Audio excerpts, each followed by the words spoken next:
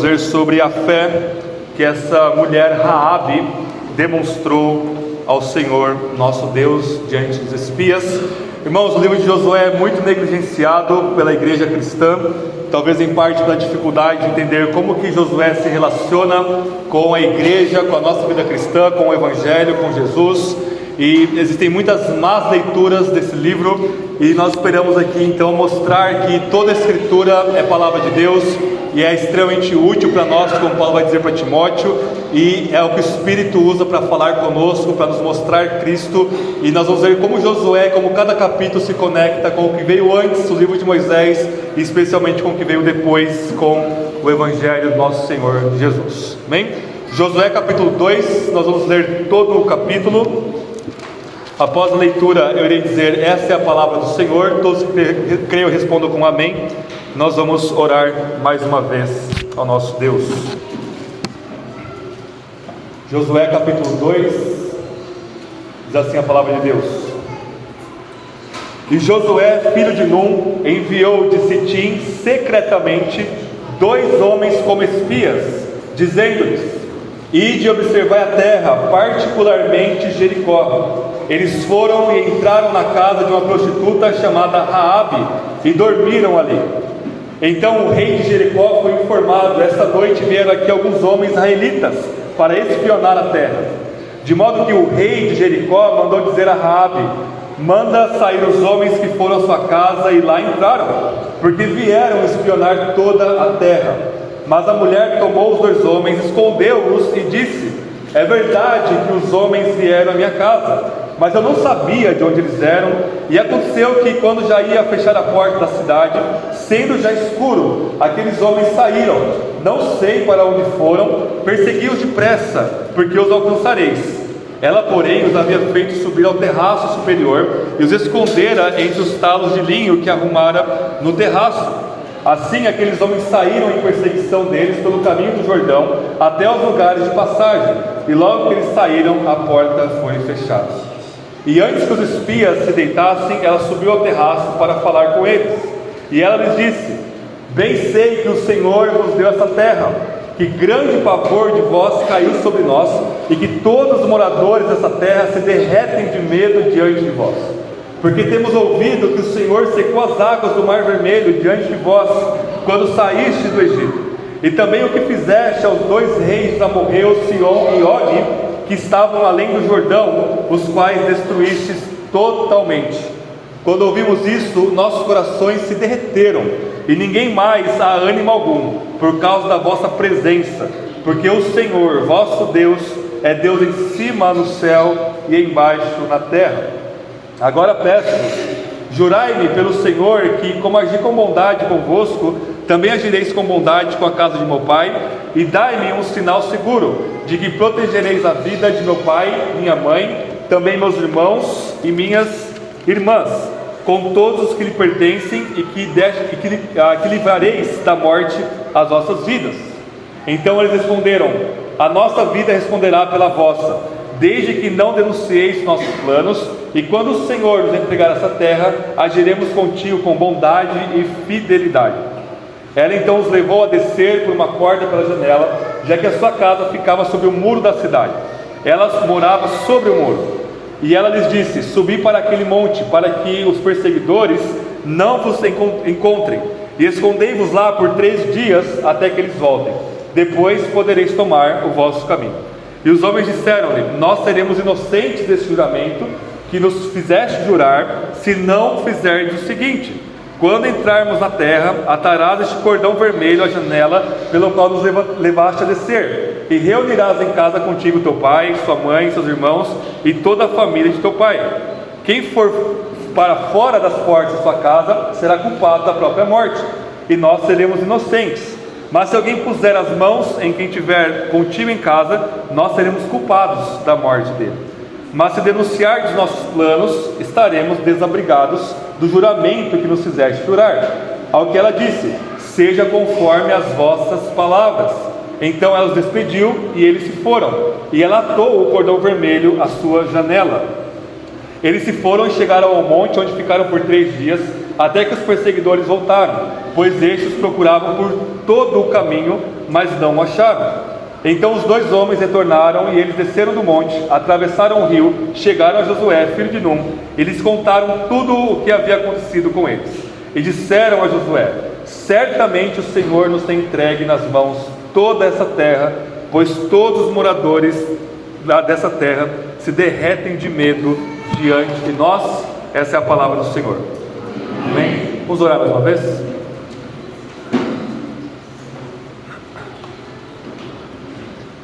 Senhor, estamos diante das riquezas insondáveis da sua palavra, e que pelo seu Espírito o Senhor venha a gerar fé, ó Deus, nos corações incrédulos, e a nutrir e fazer crescer a fé, ó Deus, no coração que o Senhor já tem trabalhado a sua graça, e que o seu Espírito encontre em nossos corações um solo fértil, para que a sua palavra venha frutificar grandemente em nós.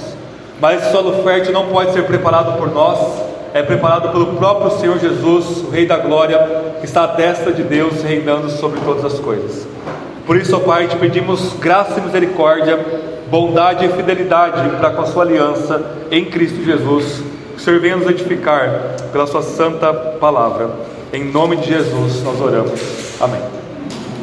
Irmãos, nós estamos acompanhando de perto a guerra que está acontecendo lá em Israel, um cenário muito triste que não está, parece que, perto de acabar, e que cada vez mais aumenta o conflito. Israel, eles têm um serviço secreto muito competente que é chamado de Mossad, né? Não é minha área, não domino esse assunto, mas o que eu acompanho de notícias é que o Mossad é um serviço secreto muito competente e que teve várias operações desde que foi inaugurado lá na década de 40, 50 ali do século passado, onde eles, com muito sucesso, combatem, por exemplo, o terrorismo, conseguem abater líderes do Hamas. Teve um evento que os terroristas sequestraram um avião com 100 pessoas, e com base no serviço secreto, que é comparado à CIA dos Estados Unidos, eles conseguiram resgatar os reféns.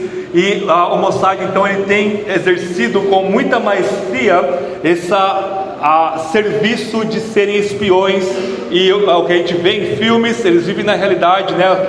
O serviço secreto lá de Israel. E de fato, irmãos, Israel sempre teve aqui, desde a sua inauguração, um bom serviço secreto, digamos assim. Nós vemos lá, por exemplo, no livro de Números, que Moisés ele acaba enviando 12 espias para espiar a terra. Eles acabam voltando, e dentro desses 12 espias, 2 deles que foram os únicos que trouxeram uma notícia de ânimo para Israel. Dentre eles estava o próprio Josué, junto com Caleb. Então Josué, além de ele ser um excelente líder militar, liderando aqui Israel na ocasião da morte de Moisés, ele também já tinha feito serviço de espionagem, e ele acaba aqui enviando 2 espias agora para espiar a terra, especialmente Jericó, que era onde eles entrariam em embate. A gente vai ver ao longo dos capítulos aqui esse embate de Israel com Jericó. Então nós temos aqui nas escrituras, além da riqueza de variedade de gêneros, nós temos também o gênero de espionagem. Olha só, a Bíblia, ela é maravilhosa, ela é riquíssima, e ela também contém essa narrativa de espionagem para nós, ainda que esses 2 espias sejam completamente incompetentes. A gente vê no final do sermão, na sua empreitada aqui, né? Então o texto vai falar aqui no versículo 1 que Josué, filho de Num, enviou de Sitim secretamente 2 homens como espias. É claro que ele não está falando secretamente em relação a Jericó, que é muito óbvio, mas o secretamente aqui é em relação ao próprio Israel também. Então, sem o povo saber, ele querendo ter uma confirmação maior ali do que estava acontecendo ali em Jericó, ele envia ali 2 israelitas, 2 homens ali para espionar a terra. Esses 2 homens acabam entrando em muitos apuros. Os especialistas do Antigo Testamento falam que Josué 2 está cheio de humor hebraico, porque esses 2 aqui são quase como 2 patetas. Eles fazem tudo o contrário ao que Josué faz, né? Eles são pegos, colocam a vida em risco, colocam a operação toda em risco, mas a graça de Deus acaba conduzindo eles aí no sucesso, e tudo isso através de uma mulher chamada Raabe. Raabe, que está vivendo aqui como prostituta. Isso significa que ela estava às margens da sociedade de Jericó, né? Então aqui logo no versículo 2 e 3 e 4, onde nós temos que os espias vão na casa dela e imediatamente o rei fica sabendo. O autor aqui do livro de Josué está colocando esse contraste dessa hierarquia na sociedade, na cidade lá de Jericó. Por um lado, o rei, aquele que está no topo da pirâmide, é aquele que está vivendo o oposto da vontade de Deus e quer matar os espias e matar Israel se fosse possível. E por outro lado, essa mulher completamente marginalizada, numa pobreza que ela precisou agora vender o seu corpo para sobreviver, e ela mora em cima do muro. Então a muralha de Jericó era bem extensa, era uma das maravilhas do mundo antigo, era uma construção assim, realmente era impenetrável Jericó, tanto que a gente vai ver depois que eles precisam da ação miraculosa de Deus para conquistar essa cidade, mas ela vive em cima da muralha, ou seja, não tem como marginalizar mais, ela vive realmente ali nos limites dessa sociedade, e é essa mulher que Deus escolhe e que Deus usa para conduzir o seu povo em triunfo e para continuar esse plano de redenção que Deus estabeleceu na eternidade, de nos resgatar em Cristo Jesus. E essa mulher, ela entra no Novo Testamento, como o nosso irmão leu em Hebreus 11, nosso irmão Rafa leu. Ela é uma das heroínas da fé, ela é um exemplo de fé para nós. E nessa manhã, irmãos, nós vamos ver 3 coisas sobre a fé de Raabe, né? Verso 1 ao 7, nós vamos ver que a fé de Raabe leva ela a tomar ações de extrema coragem. Quando ela esconde os espias lá no terraço da sua casa, ela coloca ali eles debaixo do que ela estava organizando ali. Ela vem ali os guardas da cidade e fala: olha, você precisa entregar o mandado do rei. Ela coloca a vida dela em risco. Porque se aqueles guardas da cidade, a mandado do rei, descobrissem que ela estava mentindo, descobrissem os espias lá, não só os 2 espias morreriam, mas certamente Raabe e toda a sua família seria morta imediatamente por desobedecer uma ordem do rei, uma ordem tão importante que todo mundo estava apavorado com a notícia de que espiões israelitas estavam ali rodeando aquela terra e entraram naquela cidade. Então a fé de Raabe no Deus daqueles espiões, que logo mais ela sabia, a gente vai ver depois do verso 8 em diante, ela sabia que Deus iria destruir aquela cidade. Mesmo assim, Raabe creu, esconde os espias. E o que ela faz, irmãos? Ela mente. Olha só o verso 3 até o verso 5. Verso 3: de modo que o rei de Jericó mandou dizer a Raabe: manda sair os homens que foram à sua casa, e lá entraram, porque vieram espionar toda a terra. Mas a mulher tomou os 2 homens, escondeu-os e disse: olha o que ela falou, é verdade que os homens vieram à minha casa, mas eu não sabia de onde eram. Primeira mentira dela aqui, ela sabia com plena certeza que eles eram de Israel, porque ela fala depois: o Senhor vosso Deus, ela está muito bem informada quem eram esses homens. Verso 5: e aconteceu que quando já iam fechar a porta da cidade, sendo já escuro, aqueles homens saíram e disse: eu não sei para onde eles foram, persegui-os depressa, porque os alcançareis. Ela diz: olha, eu não sei onde eles foram, eles já saíram, eles estavam em cima da cabeça dela, eles já saíram, corram atrás dele depressa, porque vocês vão achá-los. Ou seja, cada palavra de Raabe aqui é uma mentira, explícita, descarada, intencional, uma mentira que ela comete aqui para salvar a vida deles. E aí surge a grande pergunta: será que foi um ato pecaminoso de Raabe essas mentiras? Afinal, a Bíblia é muito clara em dizer que a mentira é pecado, né? Não dirá só o testemunho, o 9º mandamento, contra o teu próximo. E não somente a revelação especial fala isso, mas cada ser humano com a lei moral gravada no coração sabe que mentira é moralmente pecaminoso. Os povos ao redor de Israel, eles tinham tratados condenando a mentira. Então ela sabia que aquilo que ela estava fazendo era moralmente errado. Então a grande pergunta é: será que Raabe pecou e portanto Deus perdoa esse pecado e usa esse pecado para salvar os espias? Ou será que nós temos uma outra perspectiva sobre isso? E eu preciso ensinar uma aplicação para nós, irmãos, algo muito importante da ética cristã, da ética bíblica para nós. Quando nós falamos de ética, nós temos dois lados hoje em dia. Nós temos o que é chamado de relativismo. O que é relativismo? É dizer que a ética é relativa, que não existem valores morais absolutos, que tudo é relativo a uma cultura, a uma época, a um código civil. E portanto nós temos esse relativismo que a Bíblia condena como sendo uma forma de pecaminosidade. E dentro do relativismo nós temos várias formas de relativismo. Que a gente vai dizer que tudo é relativo ao amor, tudo é relativo às leis do Estado, que cada Estado deve seguir, tudo é relativo ao que eu acho que é certo, que é o sentido mais extremo de relativismo.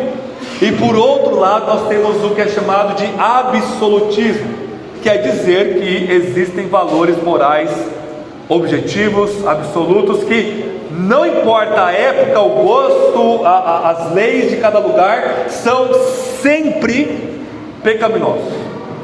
E nós afirmamos isso, nós afirmamos que Deus tem leis morais e que todo ser humano sabe o que é certo e o que é errado, pelo menos na base mínima da moral, e portanto é óbvio que existem valores morais, éticos, absolutos, objetivos que não dependem de mim, de você, da nossa cultura, da nossa época, etc, etc. Só que, irmãos, dentro do absolutismo nós temos também várias perspectivas, tá? E uma delas, que muitas das vezes nós adotamos, mas que não é a das Escrituras, é o absolutismo que é chamado de absolutismo não qualificado, absolutismo não graduado. O que é isso? É que todos os mandamentos, todos os valores morais são igualmente valiosos, têm o mesmo valor e que portanto devem ser sempre obedecidos em toda e qualquer circunstância. Amém? Esse é o absolutismo não qualificado. Qual que é o problema disso, irmãos? O problema é quando nós estamos diante de uma situação limite que nos obriga a escolher entre dois mandamentos.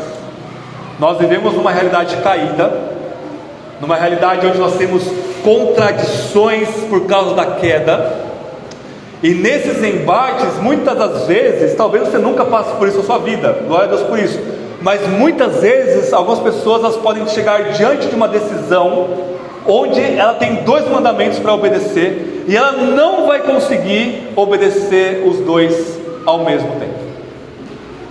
Por exemplo, na Segunda Guerra Mundial, as pessoas escondiam os judeus embaixo dos seus carpetes, escondiam em algum lugar da casa, e quando o soldado nazista batia na porta, a pessoa ela tinha que escolher: ou eu vou mentir e dizer que não tem nenhum judeu aqui, ou eu vou falar a verdade e mato essa família de judia que está aqui debaixo do meu carpete. Aí, tem vários filmes e livros que relatam que isso era infelizmente comum no regime nazista.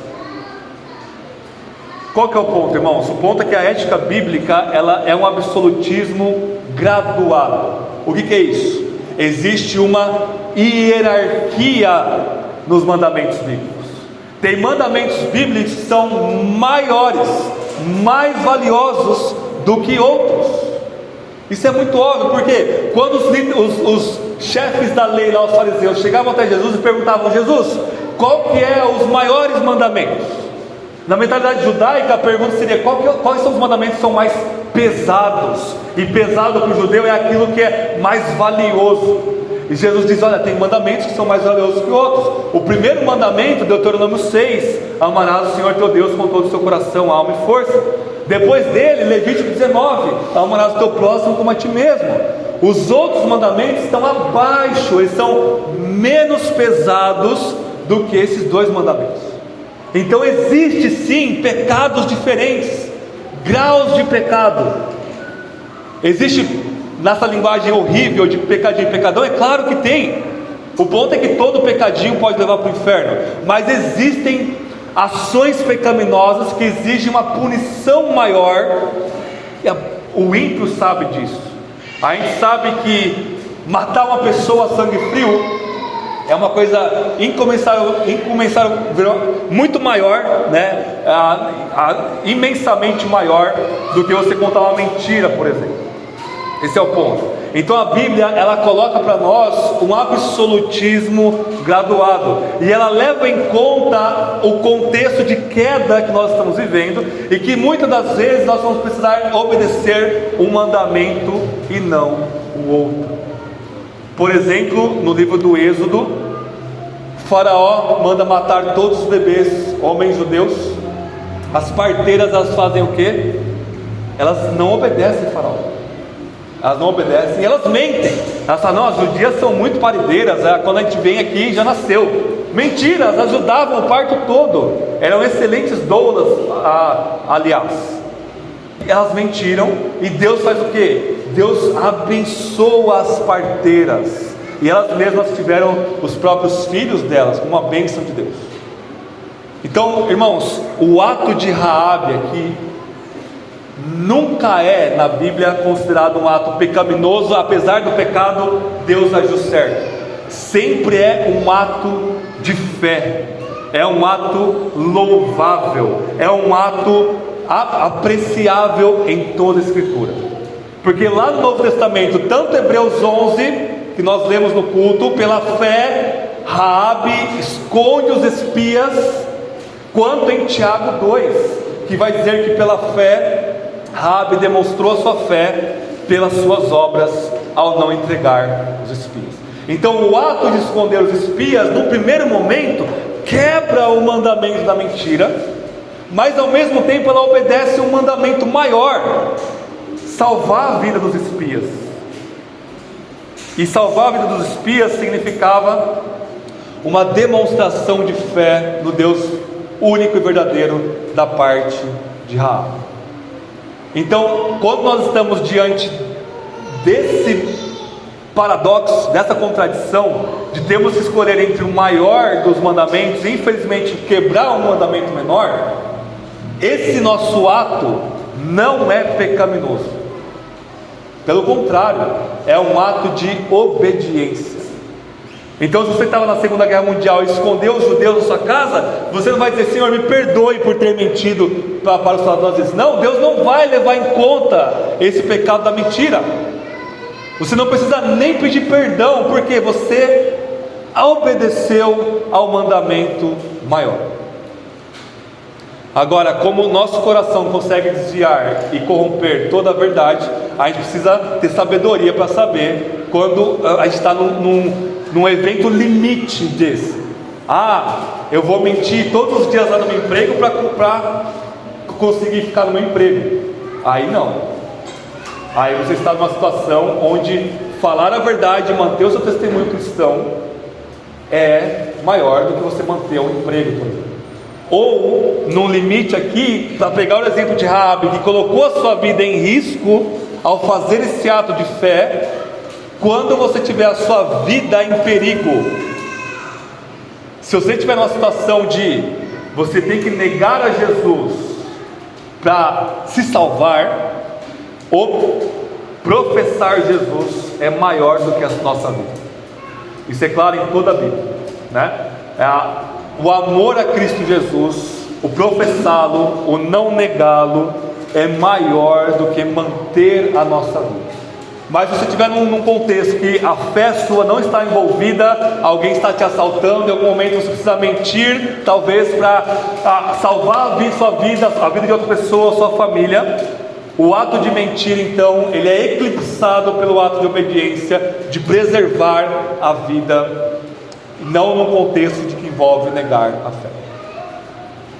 Então é isso que a Bíblia ensina o tempo todo, de que existe essa gradação nos mandamentos de Deus. E Raabe, portanto, não cometeu um pecado ao mentir.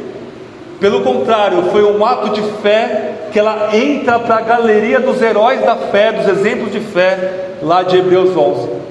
E ela deve ser um modelo para nós imitarmos aqui.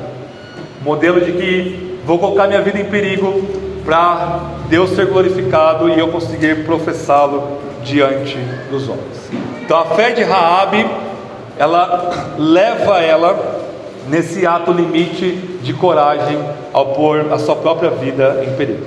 Segundo lugar, o verso 8 até o verso 21, que é a longa sessão aqui, onde ela vai fazer esse acordo com os espias, vai mostrar a essência da fé de Raabe, e essa é a mesma fé que cada um de nós temos em Cristo Jesus. É a mesma fé, e os elementos que ela mesma vai falando ao longo da narrativa aqui, vai mostrar para nós o que é, biblicamente, uma fé que nos salva. Vamos ver a essência da fé de Raabe aqui, verso 8. E antes que os espias se deitassem, ela subiu ao terraço para falar com eles. E ela lhes disse: bem sei que o Senhor vos deu essa terra, e que grande pavor de vós caiu sobre nós, e que todos os moradores dessa terra, se derretem de medo diante de vós. O primeiro elemento dela aqui, irmãos, é certeza. Quando ela fala aqui, eu bem sei, a primeira palavra que ela fala para os espias é a mesma coisa, sinônimo no hebraico de eu tenho certeza. Então Raabe, ela não estava duvidando, será que Deus vai mesmo, Deus desses dois caras aqui vai mesmo destruir a nossa terra? Será que o Deus deles é o Deus verdadeiro? Ou será que é os nossos vários deuses que nós cultuamos aqui em Jericó, que é o Deus verdadeiro? Será que se eu entregar esses dois, vida que segue, vida que continua, talvez o rei até me dê algum benefício aí, né? Não, Raabe não tinha a menor dúvida. Ela disse: eu bem sei que o Senhor vai entregar a nós na mão de vocês, e que está todo mundo aqui derretido de medo. Então a fé, irmãos, por mais que a nossa fé ela seja fraca, por mais que nós tenhamos elementos de dúvida na nossa fé, nós precisamos buscar essa certeza e dizer igual Paulo lá em Filipenses, que nós estamos vendo com o nosso irmão Rafael: eu tenho certeza que aquele que começou a boa obra em vós irá completá-la até o dia de Cristo. Deus é fiel para terminar a boa obra da salvação em nós. Então essa certeza da fé não é uma característica que talvez todos os cristãos tenham. Às vezes nós temos fés verdadeiras no coração das pessoas, e a pessoa tem ali momentos de dúvida, ou momentos de dúvida de que do evangelho mesmo, ou momentos de dúvida que se o evangelho foi aplicado àquela pessoa, será que eu sou ou não sou convertido? Será que eu sou ou não sou eleito? Mas a fé verdadeira, ela persevera. Irmãos, está disponível para todos os cristãos a dádiva, a graça da certeza da fé. Uma certeza que não está em nós, no que a gente sabe, sente ou faz, mas no que Cristo fez por nós. Raabe, ela tinha certeza, por quê? Eu tenho certeza que Deus vai fazer o que Ele prometeu para vocês. A certeza de Raabe é totalmente aliena a ela, totalmente fora dela. Ela tem certeza que Deus vai fazer aquilo que Ele já estava fazendo através de Israel. E vejam, ela professa o nome pactual de Deus. Verso 9 ainda diz: eu bem sei que Yahweh, o Senhor, vos deu essa terra. Ela professa o nome pactual de Deus. E todo o livro do Êxodo é exatamente sobre isso. O livro do Êxodo começa com Deus sendo completamente desconhecido. O Egito não conhecia o Senhor, o mundo ao redor muito menos, e os israelitas, 4 séculos de escravidão, não conhecia Yahvé.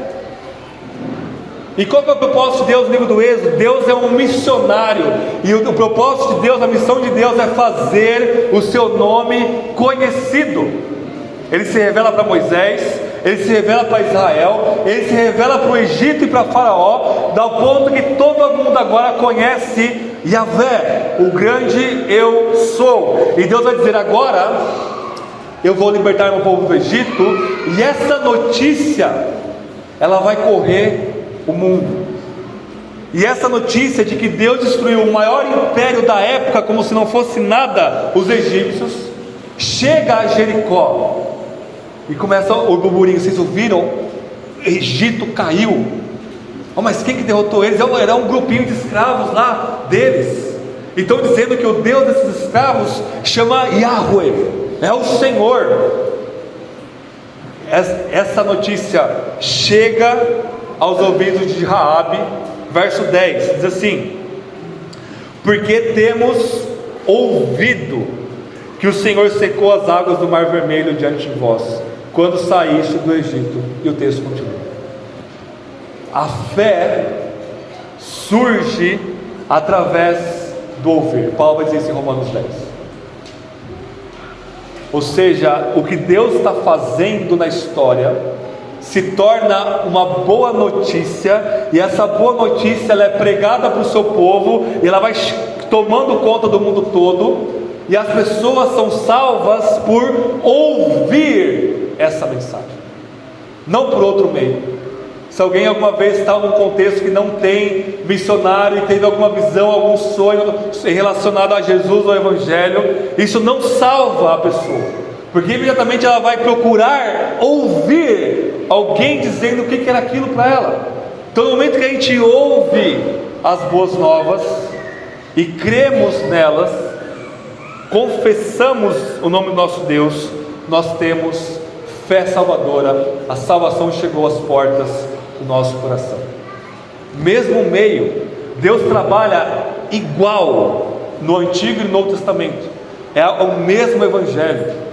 O Evangelho que Deus liberta os escravos do poder de Faraó, através do êxodo, do abrir do mar, é um tipo do Evangelho do nosso Jesus, que liberta escravos como nós, da escravidão do pecado, do diabo, e através de Jesus ser aberto, dele ser moído na cruz, desse êxodo de Cristo, que nós somos salvos.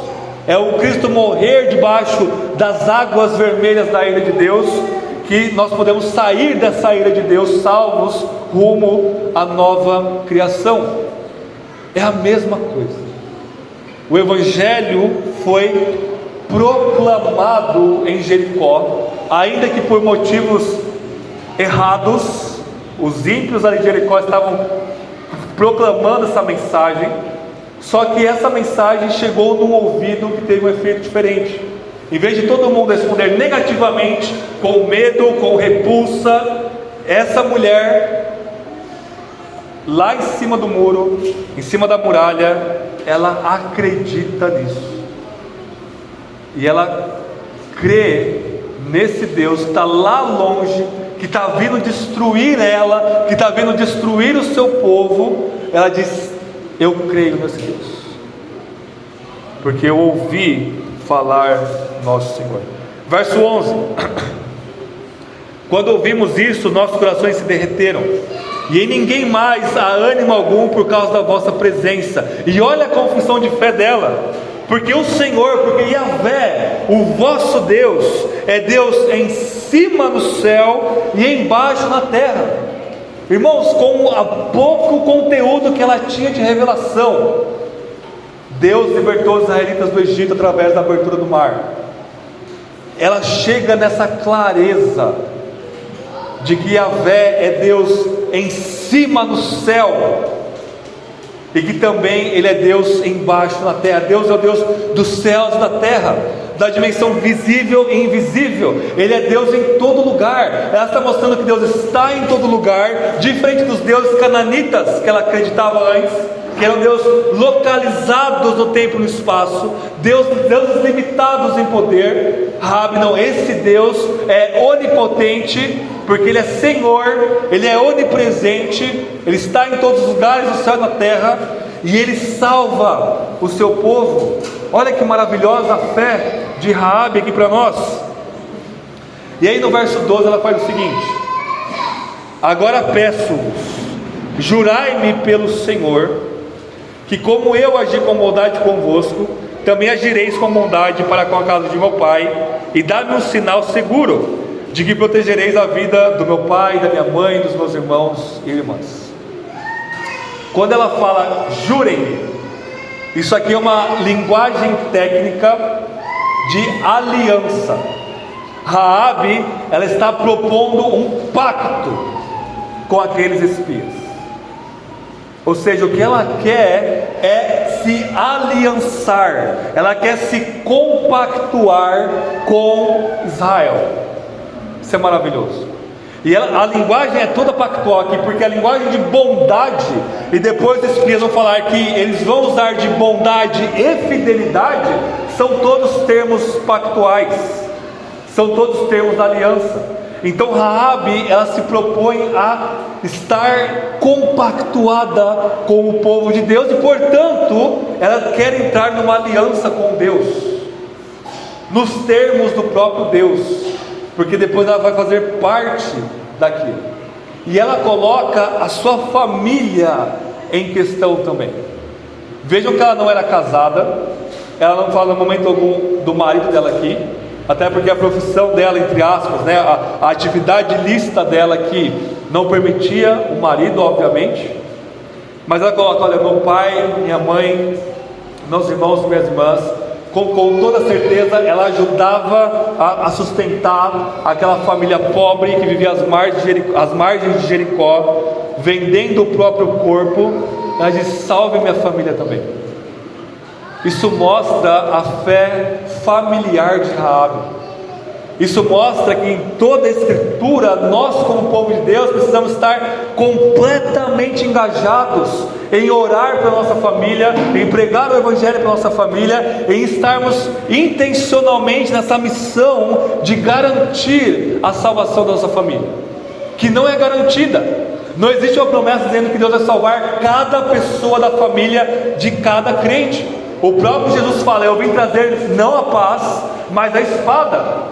E quando o Evangelho entra numa casa, divide pai e mãe, sogra e nora, divide as pessoas.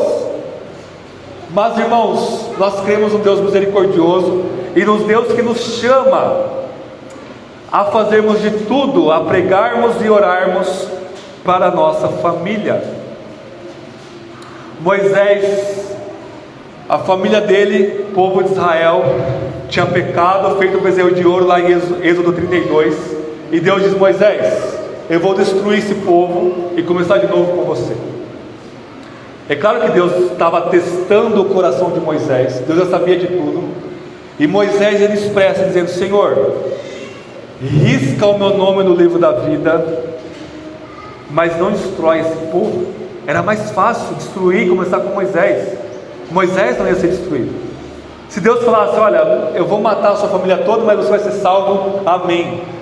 Será que você diz: não, amém, dá muito trabalho mesmo, meu Deus do céu, eu só tenho dor de cabeça com a minha família, só me dão trabalho, só me dá desgaste, gastura, insônia, prejuízo financeiro.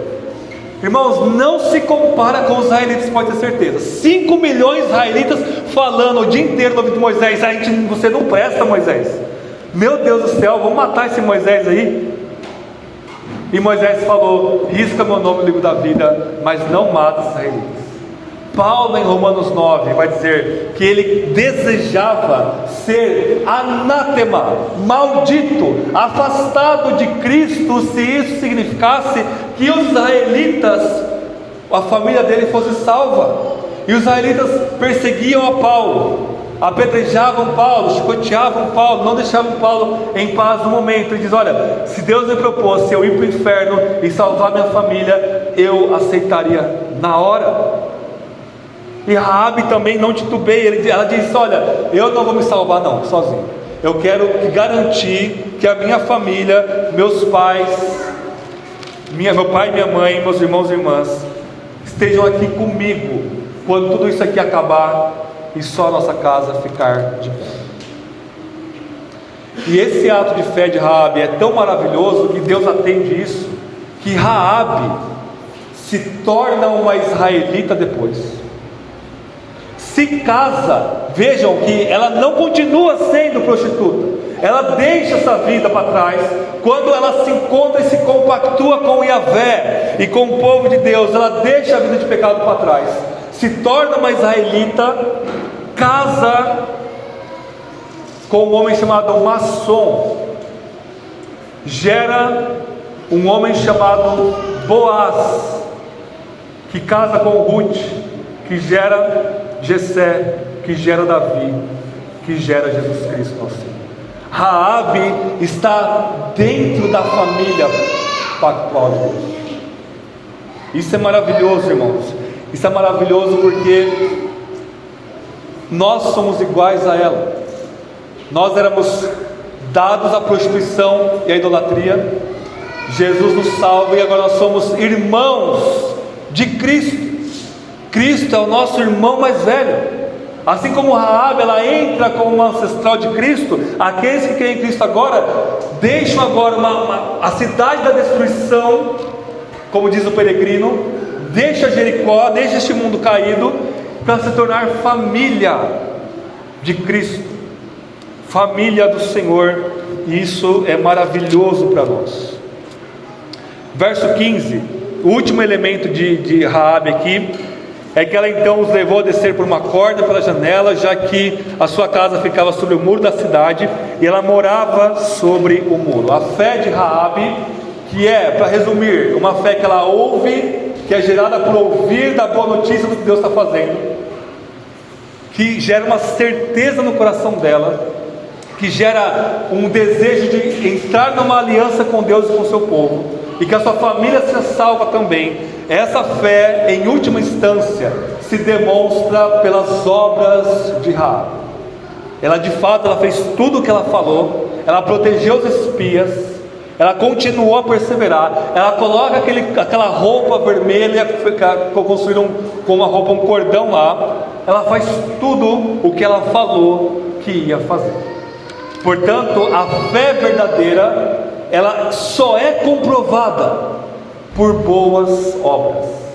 Tiago vai falar isso, capítulo 2.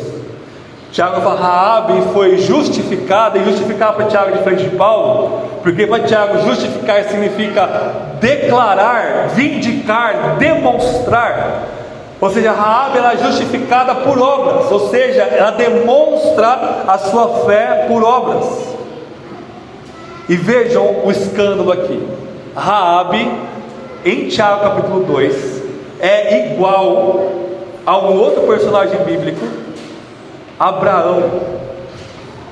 Abraão é um dos maiores personagens do Antigo Testamento, é o pai da fé. Abraão é o pai da nação de Israel, é o homem que Deus chama para começar o Evangelho, para começar as boas novas de redimir o seu povo. Abraão é o exemplo máximo de fé, é o pai da fé. E Tiago fala, Raabe é igual a Abraão, é a mesma fé, é as mesmas obras, e não tem diferença entre Abraão e Raabe. Isso é maravilhoso. Por quê? A doutrina de justificação pela fé, ela nivela todo mundo na mesma medida. Romanos 1:4 vai falar exatamente isso. Todos nós somos igualmente pecadores, igualmente miseráveis, igualmente perdidos, igualmente desgraçados e malditos, igualmente sem esperança em nós. Mas uma vez que você crê em Jesus, você é declarado justo, você é justificado pela fé em Cristo. A justiça de Cristo te veste como um manto, e essa justiça é igual para todo mundo. Portanto, todo mundo aqui que crê em Jesus é igualmente valioso diante de Deus, é igualmente justo diante de Deus. E se o pai da fé não é diferente de uma prostituta às margens de Jericó, uma gentílica, ninguém na igreja em todos os tempos é melhor do que ninguém. A fé é igual para todos, a salvação é igual para todos, e Deus é glorificado na vida de todos nós. Amém? Terceiro e último lugar, capítulo 2, verso 22 ao 24, os espias eles voltam para Josué, e o texto termina no verso 24 dizendo assim: e disseram a Josué: certamente o Senhor nos tem entregado nas mãos toda essa terra, pois todos os moradores se derretem de medo diante de nós. Da onde que eles ouviram isso? Da boca de uma mulher da vida em cima da muralha de Jericó. A fé de Raabe, ela é tão pujante, ela é tão viva, ela é tão eficaz, que ela edificou o povo de Deus todo. Consegue imaginar isso? Uma gentia cananita, não israelita, que ouviu só uma frase: Deus libertou Israel do Egito. Ela tem uma fé tamanha, que ela encheu de certeza o coração daqueles dois espias patetas, mas que voltaram com uma fé inabalável.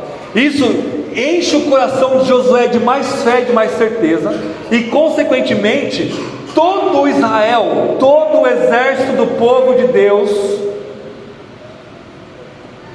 crê mais em Deus, na palavra de Deus, e vai com uma confiança inabalável de que Jericó seria entregue nas mãos deles. Mas tudo isso por causa de uma mulher que falou e professou uma fé inabalável em Yahvé. Isso mostra que todos nós na igreja, todos nós, se somos iguais, todos nós somos chamados a edificarmos uns aos outros. Por menor que você seja, por mais ignorante que você seja, não importa. Raabe sabia uma frase da Bíblia, que ela nem tinha Bíblia ainda. Os escritos de Moisés já tinha, mas ela não tinha acesso a isso ainda. Mas ela ouviu uma frase: e Yahvé libertou Israel do Egito. E esse conhecimento minimalista do Evangelho edificou milhões do povo de Deus, e o torna ela um exemplo de fé. Então você não precisa ser pastor, diácono, seminarista, estudante de teologia formalmente falando. Você precisa de uma coisa: crer em Jesus. E essa sua fé, ela é usada por Deus para edificar a igreja. Você é chamado para isso, para edificar a igreja do nosso Deus. E eu gostaria de concluir com 3 aplicações práticas, que não deu para ver aqui no texto. Mas Josué 2, irmãos, existem inúmeras reversões irônicas do livro de Gênesis a Deuteronômio, dos livros de Moisés. E essas reversões irônicas nos ensinam coisas preciosíssimas. A primeira reversão irônica aqui é o que eu falei no começo do sermão sobre os espias. Lá em Números capítulo 13 e 14, Moisés envia 12 espias. Eles são completamente bem sucedidos. Eles vão lá, ninguém vê eles espiam na terra. Eles pegam ali o fruto, leite, mel, fazem o relatório completo. Missão absolutamente bem sucedida. Eles voltam com más notícias, 10 deles pelo menos. Aqui nós temos não 12, mas 2 espias que foram completamente mal sucedidos, completamente. Não fizeram nada, mas nada do que Josué mandou eles fazer direito. Colocaram tudo em risco, mas eles voltam o quê? Cheios de confiança na palavra de Deus e na fé de Raabe. Essa reversão nos mostra que a obra de Deus não depende dos homens, não depende de mim, não depende de vocês, não depende da denominação que nós nos encontramos, de nada. A obra de Deus depende somente de Deus, e Deus usa quem Ele quer. Ele usa uma prostituta, Ele usa um homem que era mentiroso. Abraão era um ímpio, idólatra. E todos os exemplos da fé que nós temos em Hebreus 11 são pessoas miseráveis, que erraram, mas num ato de fé, Deus usou isso para continuar o seu plano de salvação. Então Deus não joga dados. Não, deixa eu testar Abraão aqui. Não, acho que não vai dar certo. Deixa eu ver com Moisés. Vacilou, Moisés bateu na rocha lá. Deixa eu chamar Davi. Meu Deus, Davi pecou. E agora? Vou mandar meu filho Jesus. Essa teologia, ela é dominante na igreja evangélica brasileira. é um dispensacionalismo clássico que é zero de Bíblia, porque coloca o plano de salvação de Deus nos homens, e Deus se frustra até que tem uma ideia, olha que loucura isso, de enviar o seu filho. Não, irmãos, Deus não depende de nada. Jesus viria como sem Abraão, como sem Raabe, e a igreja vai continuar como sem a minha pessoa e a pessoa de vocês. Portanto, vamos crer nesse Deus que é independente de nós, e que a igreja vai ser edificada, e que as portas do inferno não prevaleçam contra a igreja, independente dos escândalos que nós temos. Um pastor famoso reformado caiu em adultério. Vamos orar por ele, que Deus restaure, a igreja continua. Todos os pastores caíram em adultério, a igreja continua, porque dependemos de Deus e Deus não depende de nós. Segunda coisa, Raabe, ela é uma reversão das mulheres moabitas de Números 25. Números 25, meus irmãos e irmãs, veio do contexto ali de Balaão. Ali o rei de Peor estava o tempo todo Balaque falando: amaldiçoa Israel, Balaão falando: eu não vou amaldiçoar. Mesmo Balaão sendo um falso profeta, Números 24 é a última profecia de Balaão, e ele termina profetizando bênçãos para Israel. Só que, como ele queria agradar também Balaque, o que ele fez? Balaão falou assim: olha, já que eu não consigo amaldiçoar Israel pela fala, pela profecia, é muito fácil.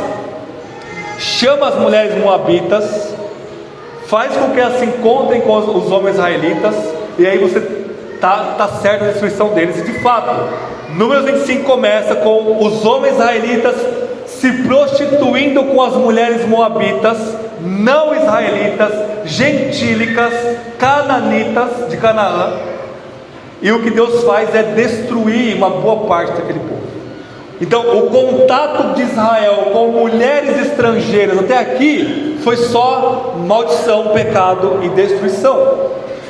Só que agora o contato com essa outra prostituta de Jericó gera salvação para Israel, bênção para Israel. Então Raabe, na pessoa dela, é essa reversão do contato de Israel com as nações ao redor. E isso é importante porque o plano de Deus sempre foi o mundo todo. Ele vai dizer para Abraão, o pai da nação de Israel: através da sua descendência, todas as famílias da terra vão ser abençoadas. Então a missão de Israel não é se enclausurar num mosteiro como eles fizeram. A missão de Israel era ser luz para os gentios. E portanto Raabe, ela começa a cumprir a promessa de Deus para Abraão. Uma gentílica, às margens do mundo todo, ela é salva, incorporada como um membro legítimo de Israel, e ela entra num pacto com Deus e com Israel. Todos nós somos Raabe. Todos nós somos como essa mulher. Nós éramos gentios, afastados de Israel. Deus não tem pacto com os gentios, Deus tem um pacto com Israel. E agora o que Deus faz no Evangelho de Jesus Cristo? Ele incorpora nós pagãos, nós de Jericó, nós aqui do Brasil, Ele nos enxerta numa única árvore que é Israel. Portanto, irmãos, no momento que você crê em Jesus, Paulo vai dizer que você é um israelita, espiritualmente falando, porque o Espírito entra em você, circuncida o seu coração, e você agora está dentro do pacto com Deus em Cristo Jesus. E a vida gentílica agora morre, e você surge agora como uma nova criatura, como Israel do fim dos tempos. Assim como Raabe deixa de ser prostituta e se casa e se torna uma israelita e um exemplo de fé para todos nós, milhares de anos depois, nós somos chamados a abandonar nossa vida de pecado, nossa vida gentílica. Por que Paulo, nas suas cartas às igrejas gentílicas, tinha que lidar tanto com o pecado sexual? Porque os judeus, eles se guardavam mais na sua educação, eles guardavam seus filhos de não se prostituírem, e os gentios não. Os gentios se iniciavam sexualmente aos romanos com 8, 9 anos de idade. Homossexualmente eles se iniciavam. E quando esses gentios se convertiam, Paulo vai dizer: irmãos, se afastem da imoralidade sexual, se afastem da prostituição, porque vocês não são mais gentios, vocês são agora membros do povo de Deus. Abraão, seu pai, os israelitas são seus ancestrais. Você tem uma nova família e uma nova identidade. Última aplicação, a última reversão aqui, irmãos, é Josué 2,12, que eu falei para vocês, que ela fala assim: jura-me, entrem numa aliança comigo. E o irônico é Deuteronômio 7. Deuteronômio 7, Deus falou o seguinte: quando vocês forem conquistar Canaã, não façam aliança com o povo. É um mandamento absoluto de Deus. Não façam aliança, não façam juramento, não entrem no pacto com eles, porque por causa do pecado deles eu vou destruí-los. O que Raabe faz? Eu quero que vocês façam uma aliança comigo. E o que os espias fazem? Eles fazem isso. Deus está abençoando todo esse episódio aqui. Será que a Bíblia entrou em contradição aqui? É claro que não, porque são dois tipos de aliança. A aliança que Deus proíbe no Deuteronômio 7,2 é eles entrarem num pacto para eles se corromperem junto com os cananitas, ao ponto de que não, vamos deixar eles viver para que a gente se usufrue do trabalho deles, que é o que acontece depois, e a gente começa a se corromper, a gente entra num pacto de pecado com eles. Raabe que é o oposto. Raabe, ela quer um pacto dela entrando em um estado de santidade no povo de Deus. Essa é a terceira e final reversão aqui, meus irmãos e irmãs. Não façam aliança com o pecado, que nós não venhamos a fazer aliança com este mundo caído, mas que a gente venha a manter firme os termos da aliança. A nova aliança, o termo é um só: fé.